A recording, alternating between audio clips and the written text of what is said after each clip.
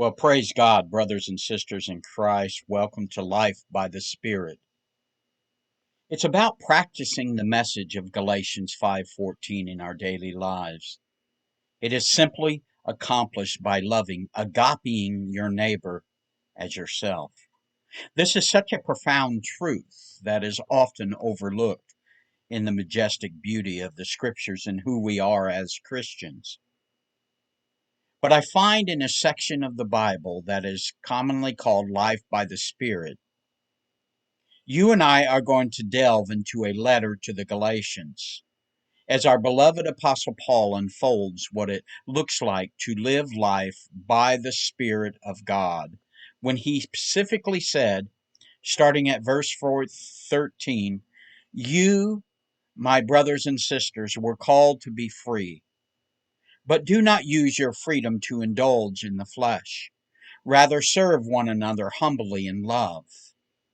And verse 14 goes on to say, for the entire law is fulfilled in keeping this one command: love your neighbor as yourself.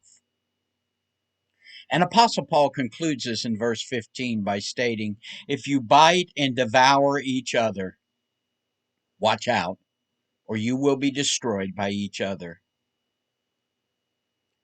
You know, beloveds, it all begins when we do our part. I'm not speaking about working for your salvation, but working because of your salvation. And to activate this precious gift of agape love towards others and yourself, it all starts with prayer. You know, we can start by praying for guidance and strength to love our neighbors as ourselves. And by seeking divine help, we can cultivate a heart of compassion and understanding. And it is by taking action that we can take affirmative truth to demonstrate our love for those around us. You know, we can say we love someone, but if our actions doesn't reflect that, it means nothing at all. And these simple steps, such as showing kindness, offering assistance, or simply listening to others with empathy, starts this ball rolling. And then we can take the next level. We can serve our neighbors by volunteering our time, talents, and resources to meet their needs. And when we selfishly give of ourselves, we reflect the love of Christ and we fulfill the law in a tangible way. And what I like by these simple steps that I just mentioned, if we consistently practice love towards our neighbors, we will experience a transformation within ourselves. Our hearts will be softened, our perspectives are widened, and our relationships are deepened. And then it just goes to a new level. It's not something we have to do. It's something we just do because agape love is residing in our heart, minds, and souls. We begin to extend love beyond our immediate circle of influence, and we begin to reach out to those who are marginalized, that are oppressed, those that are in need. And by spreading love to the most vulnerable members of our society, we uphold the dignity and worth of every individual. And then something amazing begins. We start to regularly reflect on our actions and our attitudes towards our neighbors.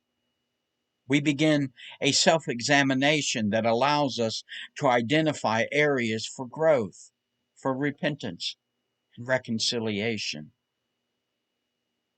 Do you know, church, by humbly seeking forgiveness and making amends, we can strengthen our commitment to loving others? I find that this message of Galatians 5:14 that it challenges us to prioritize our love in all aspects of our lives. And not a love of humanity, but a love of godliness, a love of Christ-likeness, agape love. And by making agape love the foundation of our thoughts, words, and deeds, we not only fulfill the law, but also create a more compassionate and inclusive community. I can only say to you, embrace this powerful truth that loving our neighbors as ourselves is the ultimate expression of faith, hope, love, and unity within the body of Christ. You see, you're the only Christ most will ever see. Will you take that step, brothers and sisters? Will you do your part of agape love?